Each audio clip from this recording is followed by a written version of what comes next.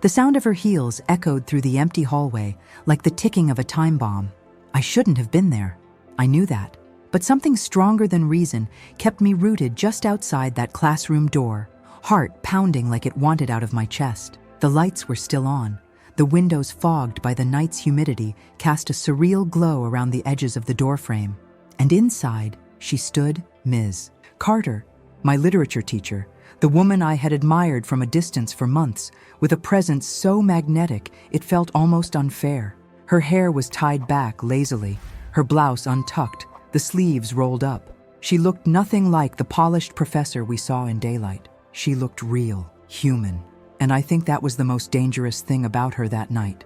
The air smelled like chalk and lemon disinfectant, but beneath it, something electric, something alive. My name slipped from her lips when she noticed me, not as a question, but as a statement, a recognition. "You shouldn't be here," she said quietly, eyes locked with mine like she already knew why I had come. And maybe she did. Maybe I came because I was tired of pretending, tired of hiding behind homework, polite smiles, and the careful walls of student-teacher formality. There was no one else around. Just the silence, the heavy pause between us, and the gravity pulling us closer into the kind of moment that could ruin lives. I stepped in. She didn't move. That was the first time I saw her hesitate, and the last time I could pretend this wasn't real. 2 months earlier, I wouldn't have dared to even imagine this. Back then, Ms. Carter was just the tough one, the one who gave essay feedback so brutally honest it made you rethink everything you thought you knew, the one who saw through people like glass. She never smiled, unless it meant something, and when she did, it hit like a shot of espresso, sharp, surprising, addictive. I noticed everything about her, how she always arrived 2 minutes early, how she held her coffee with both hands as if shielding herself from the world, how she wore black on Mondays and bright colors on Fridays. She was a mystery wrapped in poetry, and I was a moth burning slowly in her orbit. I was the quiet one, the observer, the kind of student who sat at the back and turned in papers on time but never raised my hand. I never needed to be noticed. I just wanted to be near, until the day she called on me, randomly, or so I thought, and asked me to stay after class. That was when it started. At first, it was just words, feedback, honest, intense, challenging. She said I had a voice, that I understood things beyond my age, that my words hurt in the way truth hurts. She said I wrote like someone who had lived through fire. I didn't tell her how close she was to the truth. I didn't tell her that my home wasn't a home, that silence there was a shield, and books were the only safe escape I'd ever known. But maybe she saw it anyway. She always saw more than she said. The meetings became regular. Once a week after school, sometimes twice, she'd give me books outside the curriculum. Sylvia Plath, James Baldwin, Sappho. She pushed me. She challenged me. And in the quiet spaces between our conversations, something shifted. It wasn't sudden. It crept in like warmth into cold hands. Slow, almost unnoticeable, until one day you realize you've stopped shivering. That night, it wasn't planned. Nothing was. I had left my notebook behind on purpose, a coward's excuse to return. When I knocked and entered, expecting to just grab it and go, she looked at me like she was bracing for something. "I know what you're doing," she said, voice steady, but eyes uncertain. I froze. I wanted to deny it. I wanted to run, but I also didn't want to lie to her, so I said nothing. And she said, "Don't." That one word, a wall and a door, all at once. I felt something break open in me, like all the words I had buried suddenly came rushing to the surface, demanding to be heard. "I can't stop thinking about you," I said. My voice cracked like glass. "And I know it's wrong. I know what this is. I didn't know how to carry it alone anymore." She turned away, hand pressed to her mouth, as if trying to hold something back. Words, emotions, maybe the same feelings I had just confessed. I waited, terrified I had ruined everything, that I had disrespected her, hurt her, betrayed the only connection that ever felt safe. But then she looked at me again, really looked, and she whispered, "You're not alone in it." That was the moment everything fractured, not in a loud, chaotic way, but in that unbearable silence that follows a truth too heavy to ignore. The kind of silence that says, "You can't go back, not after this." The rain started without warning that night, smearing streaks of silver across the tall windows of the classroom. Each droplet hit the glass with delicate precision, like a metronome measuring the tempo of something forbidden and unspeakably delicate. Inside, time seemed to slow. Ms. Carter didn't move. Her eyes still held mine with a kind of frightened defiance, like a soldier who knows she's already lost the war but refuses to surrender. My breath fogged in my throat. I could hear everything: the rain, the flickering hum of a failing fluorescent light, the soft thud of my heartbeat against my ribs. The classroom, once a place of lectures and silence, now felt charged with something thick and heavy. A different kind of learning was about to begin, one that had no curriculum, no grades, only consequences. She finally turned her back to me and walked toward her desk, her movements slow, careful, like stepping through an emotional minefield. "You don't know what this could cost me," she murmured. Her voice wasn't sharp. It was frayed at the edges, weary, human. "You have no idea." "I think I do," I whispered, the words trembling out of me before I could stop them. She ran a hand through her hair and sat on the edge of the desk, looking down, not at me. "This job, this reputation I've built, it's not just about teaching. It's the only thing I've ever done right. I can't lose that." "You won't," I said, stepping closer without realizing it. "I don't want anything from you. I just couldn't carry this anymore, pretending I didn't feel what I feel." For a long while, neither of us said a word. The air between us was thick with things unsaid, with years of social rules wrapped tightly around every breath. But as the silence stretched, something loosened, something softened. "I saw it," she said finally. "In your essays, in your eyes." I tried to ignore it, to redirect it, but there's only so long you can pretend not to see the fire burning in front of you. She looked up, finally, her voice almost a confession. "You scare me, because you make me feel alive in ways I had forgotten were possible." That sentence did something to me. It unlocked a chamber in my chest I didn't know existed, because I understood her fear. I had it too. I was barely 18. She was in her 30s. My teacher, a woman, and yet she was the only person who had ever made me feel truly seen. Not pitied, not admired from afar. Seen. I sat beside her slowly, careful not to touch her. We were both suspended in a fragile kind of gravity, circling each other without impact. I could smell the faint trace of her perfume, jasmine maybe, and something darker, more musky, like sandalwood. Her fingers were curled in her lap, tight fists of restraint. Every detail etched itself into my memory. The pale scar on her knuckle, the way her knee bounced slightly when nervous, the mole just beneath her left ear. These were things no textbook would ever teach me. Then she said, almost inaudibly, "Tell me why it's me." I looked at her, really looked, trying to find the words that could carry the weight of what I felt. "Because you listen like it matters. Because you see the parts of me no one else bothers to look at. Because you challenge me. Because you've never lied to me. And because being around you feels like the first time I ever felt safe, even when it hurts." Her eyes shimmered, and she looked away, swallowing hard. "I've kept myself locked away for so long, buried under rules and expectations and fear. You," her voice broke, "you woke something up in me, and now I don't know how to put it back." For the first time, I reached for her hand, not in desperation, not in conquest, but in communion. She didn't pull away. We sat like that, two souls caught in a storm of contradictions. Outside, thunder rumbled low and distant, like a warning. Inside, the warmth of her palm in mine felt like the only real thing in the world. And yet, the weight of reality lingered just beyond the door. The future, with all its cruel clarity, waited like a shadow, ready to swallow us both. "Nothing happened," she said suddenly, pulling her hand back, her voice tight. "Not really. That's what we'll say, if anyone asks." I nodded slowly, understanding what she meant. The world wasn't made to understand this kind of connection. It would twist it, poison it, break it. We didn't have the luxury of innocence in their eyes, only guilt and consequence. Still, before I left, I turned at the door and asked the question that had been burning a hole in my chest for weeks. "Do you wish I hadn't felt this way?" She looked at me with an expression I'll never forget.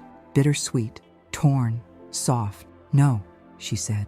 "I just wish the world were kinder to people like us."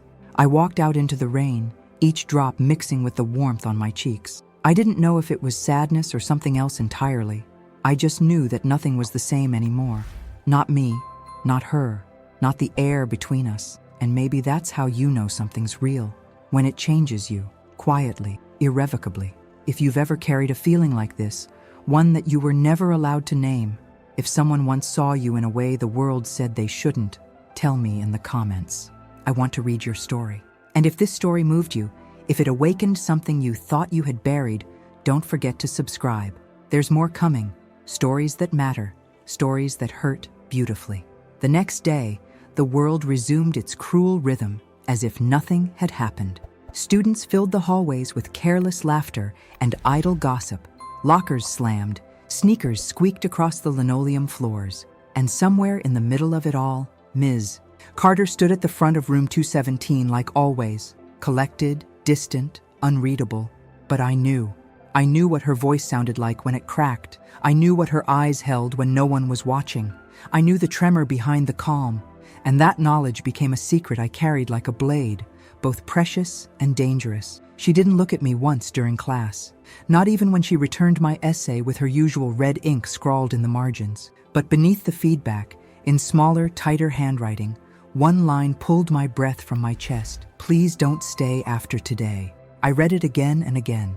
It wasn't a rejection, it was fear. And fear, I was beginning to understand, was louder than love in certain rooms. I obeyed that day. But the silence between us started to grow like mold on something once beautiful. I couldn't concentrate. I began to skip other classes, sitting in the library alone, rereading every note she'd ever written on my papers. I started writing again, but not essays, letters. Letters I never gave her. Letters full of things I didn't have the right to say. A week passed, then two. And one afternoon, I saw her through the glass window of her office, hunched over her desk, holding her head in her hands like the weight of silence had become too much. I wanted to go in. I almost did. But she saw me, and that single glance, wide-eyed and sharp, stopped me cold. Not because it was cold, but because it was pleading. And then something unexpected happened. Rumors. It started small. Whispers. Glances. Two girls giggling near the lockers. A boy from the basketball team smirking when I passed by. I didn't understand at first. I thought I was imagining it. Until one day, I found a note in my locker, scrawled in messy all caps, "Dyke loves the English witch." The breath left my lungs.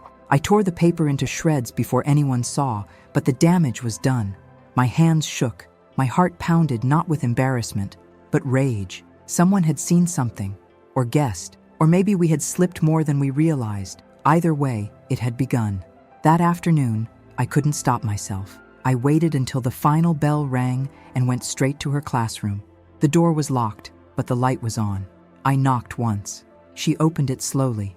Her face was pale, her lips pressed tight, like she had already heard what I was about to say. "They know," I whispered. She didn't ask who. She didn't ask what. She just stepped aside and let me in, then locked the door behind me.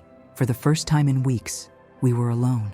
But this time, there was no silence between us, only fear.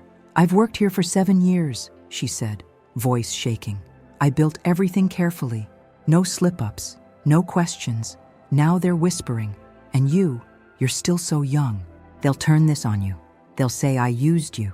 They'll say what they want, no matter what we do," I replied. "But I'm not afraid of them." "Well, I am," she said. "I've seen what this place does to people who step out of line. They call it concern. They call it investigation. But it's punishment. It's exile in disguise." I moved closer. "Then let me stand with you." She looked at me, really looked, and for a moment I thought she might break. But instead, she whispered something that froze me in place. "They found my emails." I felt the floor shift beneath me. "What?" "Not the letters, but the drafts. I forgot to delete them. Someone accessed my school account. They haven't come forward, but I know they're waiting." My blood ran cold. It was more than gossip now. It was a noose tightening around both our necks. "We have to end this," she said. Her voice was hollow, as if she were forcing the words through a locked door in her throat. "Before they destroy us both." And I wanted to argue. I wanted to scream that what we had, whatever it was, wasn't wrong. That it was tender, careful, unspoken, but real. But I could see it in her face. The resolve, the resignation. She was already letting go. So I did what cowards do when they love someone braver than themselves. I said nothing. I turned. I left. But just as I reached the door, she said one last thing. "I'll always read your words, no matter where they come from." And then she broke me completely. Because love, when real, doesn't always fight to survive. Sometimes it retreats to protect. But what she didn't know was that I wasn't done. I stopped going to her class. It wasn't punishment. It was protection. For her, for me, for the fragile thread that still connected us in silence. But every time I passed room 217, something inside me twisted, like a muscle pulled too far and too often. The emptiness she left in me didn't ache. It throbbed. She didn't reach out. She couldn't. And I didn't know if that silence meant she was trying to move on, or if she was simply surviving. Either way, the walls between us had grown taller, colder, and lined with shards of what could have been. Then came the summons, a call to the principal's office. The kind of call that makes your stomach knot instantly. My name was said softly over the loudspeaker, but it might as well have been shouted through a megaphone. I walked the hallway alone, each step 1,000 thoughts. Had someone told? Did they have proof? Were they going to twist the truth into something monstrous? I had done nothing wrong, but I also knew truth doesn't matter in a witch hunt. The principal was seated behind his desk, stone-faced. Across from him, a woman I didn't recognize sat stiffly, legal pad in hand, a district representative. I didn't sit. They asked about Ms. Carter. They asked if she had ever acted inappropriately, if I had ever felt pressured, if anything had ever happened outside of school hours that I wanted to talk about in confidence. I didn't flinch. "No," I said. "She's the best teacher I've ever had. She challenged me. She made me care. She saved me." I saw the twitch in the woman's pen. She wasn't expecting that. "She ever touch you?" the principal asked bluntly. "No." "Ever say anything about feelings?" "Not once." A beat of silence. Disappointed silence. Like they had come for blood and found only bone. "She's under review," he said finally. "Emails were flagged. There's an investigation. If you're hiding something to protect her—" "I'm not," I said, sharper than I meant to. They let me go, but the seed was planted, and I knew that whatever came next would either bury her or bury what was left of me. That night, I wrote a letter. Not the kind I had kept hidden in notebooks. Not the quiet, aching kind full of metaphor and longing. This one was raw, clear, a confession of the soul, not of sin. I told her everything, that I wasn't afraid of what people said, that I wasn't ashamed, that I knew what we had, even in its quietest form, had meant something pure. And I ended it with one sentence. "If they tear you down, let them read this too." I left it in her mailbox. The next morning, she was gone. A substitute stood in her place, fumbling through the lesson plan, face flushed with discomfort. No one said anything, but the whispers in the hallway turned sharper, crueler. They didn't have facts, just shadows, and shadows are dangerous things in places that fear light. Days passed, then a week. I stopped eating. I barely slept. The world moved on. Exams, assemblies, spring events. But inside me, there was only absence. Until one Friday afternoon, as I sat in the courtyard with headphones on, I felt a presence sit beside me. I looked up. Her. No makeup, hair down, civilian clothes. She looked tired, but free. She didn't say hello. She just said, "They let me resign quietly. No charges, no statement." I pulled off my headphones. My heart beat so hard, it hurt. "I'm sorry," I said. She shook her head. "Don't be. You gave me back my voice. That letter, I don't have words. I did what I could." She smiled. And it was the saddest, most beautiful smile I'd ever seen. Then she reached into her coat and handed me a thin envelope. "One last gift," she said. "It's yours when you're ready." I took it, fingers trembling. She stood, and for a moment I thought she would touch my face or say something final and poetic. But all she said was, "Live fully. That's how you honor what we shared." And then she walked away. Not rushed, not broken, just free. I sat there long after she disappeared from view, the envelope warm in my hand. I didn't open it right away. I waited until the stars came out, and what I found inside changed everything. The envelope was ivory, unmarked, no return address, no signature, just my name, written in her unmistakable handwriting, elegant, slanted, precise. The way she always signed feedback, like every word she wrote mattered. I sat beneath the pale glow of a street lamp in the park near my house, hands trembling, the envelope crinkling slightly as I ran my thumb across the seal. The wind carried the scent of damp earth and fresh leaves, spring unfolding around me, soft and relentless. And for a moment, I was afraid to open it, because I knew, somehow, that whatever was inside wasn't just words. It was her. Inside was a letter, 4 pages, written front and back, ink smudged in places like she had pressed too hard. Some words crossed out, others rewritten, raw, vulnerable, human. She didn't start with "Dear," she just began. "I didn't fall for you because you were a student. I fell in spite of it. You have a mind like wildfire, a heart that doesn't know how to stay small. I tried to keep you at arm's length, not because I didn't feel what was there, but because I did. More than I should have, more than I ever expected to again." She wrote about the first time she saw me, sitting quietly in the back, hiding and shining all at once. She wrote about how my words on paper cut through her defenses more than any look or gesture ever could. How she started waiting for my essays, not because of the grade, but because they made her feel something she thought was long dead. "You reminded me that I am more than this job, more than this fear. You reminded me I am still alive, still capable of feeling something real, even if the world tells me I'm not allowed." There was no romance in her words, no seduction, just truth. A truth carved carefully between restraint and longing. She had battled with herself, had tried to draw 1,000 boundaries, and each one collapsed under the weight of how deeply she had come to care. "I would never cross a line that would harm you, and I know we both fought hard to keep the line where it belonged. But we'd be lying to say we didn't meet at its edge." She wrote about her resignation, about how she could have fought but didn't, because the system wasn't built for nuance, because in their eyes, intention doesn't matter, only perception. "But I want you to know, I don't regret it, not any of it. You changed me, and that's not something I'm willing to hide, not even now." The last page was different. It was a poem, a short one, but it wrecked me. "If I had met you on a train at 23, and you had told me your favorite poem and smiled the way you do when you're not watching yourself, I think I would have fallen in love the same way. And maybe we would have had time, and maybe the world would have said yes. But even now, with every door closed and your shadow no longer walking my halls, you are still the softest revolution my heart has ever known." I folded the letter gently, tears running silently down my cheeks. Not sadness, not regret, just the unbearable beauty of something real that the world was too small to hold. I didn't hear from her again. She disappeared like a myth, one that only I knew had truly existed.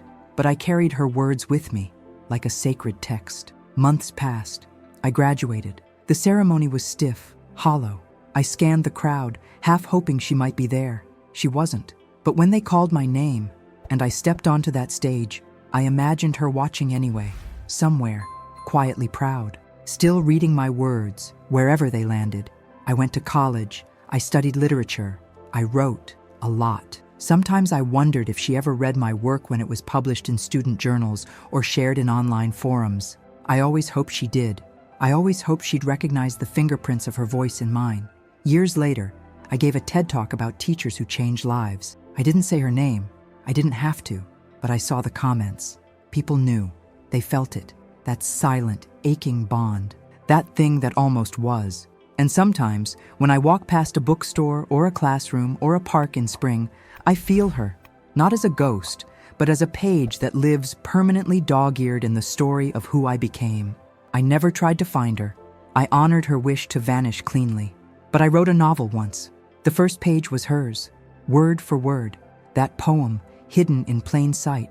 And maybe someday she'll find it and know that I never forgot, because love doesn't always live in the world. Sometimes it survives in the pages we leave behind.